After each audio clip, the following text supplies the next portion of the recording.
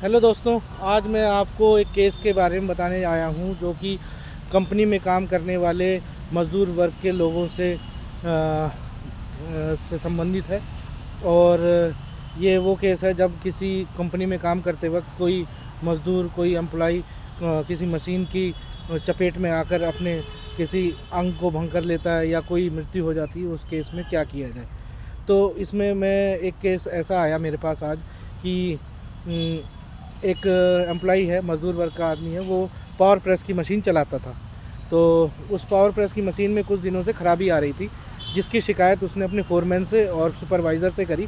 तो उन्होंने बोला कि जिस बंदे को चोट लगी है उसने अपने सुपरवाइज़र से ये बोला कि ये पावर प्रेस की मशीन जो है वो सही वर्क नहीं कर रही है, सही रिस्पॉन्स नहीं कर रही है, इसका जो सेंसर है वो सही काम नहीं कर रहा है, इसको सही करवा दीजिए और रिपेयर करवा के तब मुझे इस मशीन पर बैठाया जाए काम करने के लिए। तो इस पर फोरमैन ने बोला कि हम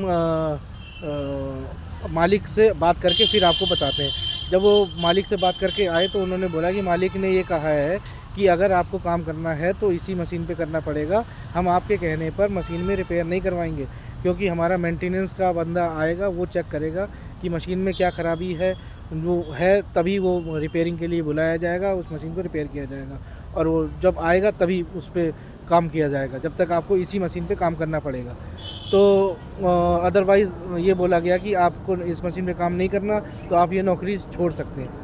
तो बेचारा मज़दूर वर्ग का आदमी क्या करे, अपनी नौकरी को बचाने के लिए उस मशीन पे ही काम करने लग गया, जिसका भुगतान उसे हर्जाना अपने अंगूठे को कटवा कर देना पड़ा, जो कि करीब 1 हफ़्ते बाद जो शिकायत हुई थी मशीन में सही काम नहीं हो रहा है, तो उसके 1 हफ़्ते बाद वो मशीन का यही हुआ, उसने रिस्पॉन्स करना बंद कर रखा था, सेंसर उसका काम करना बंद कर दिया और उनका हाथ उसमें मशीन में आ गया, जिससे उनका एक अंगूठा हाथ का कट गया।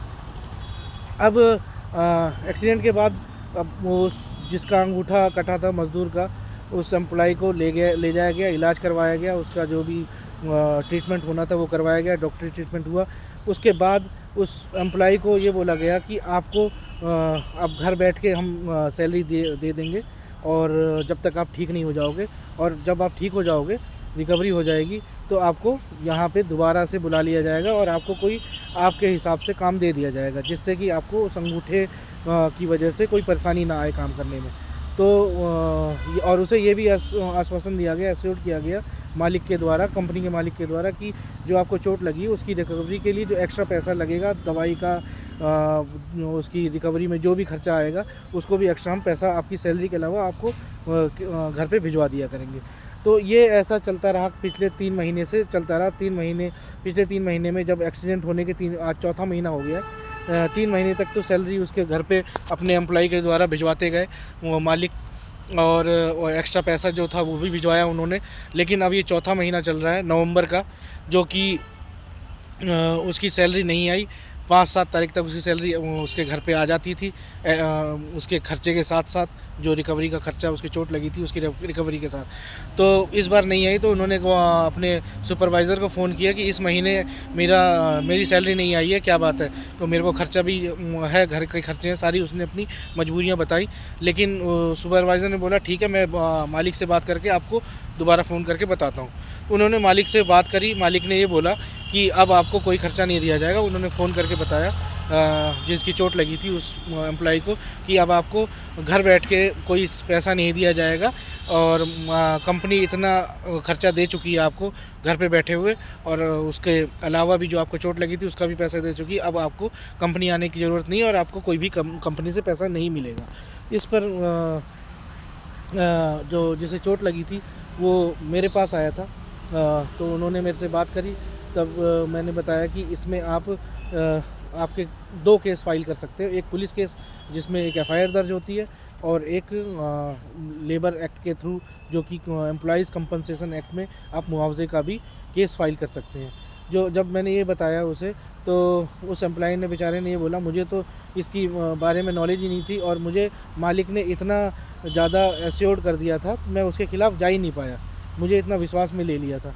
तो मैंने बोला वो तो आपको इस वजह से उसने ऐसा किया था कि 3 महीने की सैलरी देके उसका कोई ज़्यादा नुकसान नहीं हो जाएगा, लेकिन अगर वो इस केस में फंसता तो आपको मुआवजा इससे ज़्यादा मिलता। तो इस वजह से उसने आपको झूठा आश्वासन दिया था।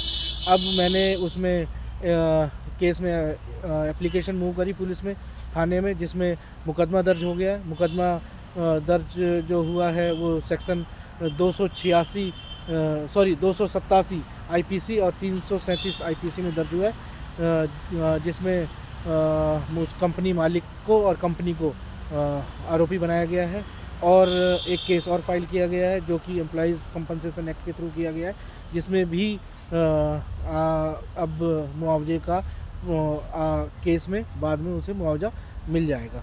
और मैं आपको ये बता दूं, आपको घबराने की ज़रूरत नहीं है। कहीं आपके साथ कोई ऐसी मिसहैपनिंग होती है तो अपने किसी जानकार वकील से मिले, किसी एक्सपर्ट से मिले, ताकि वो आपको सही राय दे सके। किसी के कहने में ना आए। एट ए टाइम जो पैसा मिलता है आपकी ज़रूरत का है, ठीक है, वो ले लें, वो आपका हक है, ऐसा नहीं है वो ना लें, वो भी ले लें और उसके बाद आप किसी एक्सपर्ट से मिलकर जो कानूनी कार्रवाई बनती है वो करें। धन्यवाद।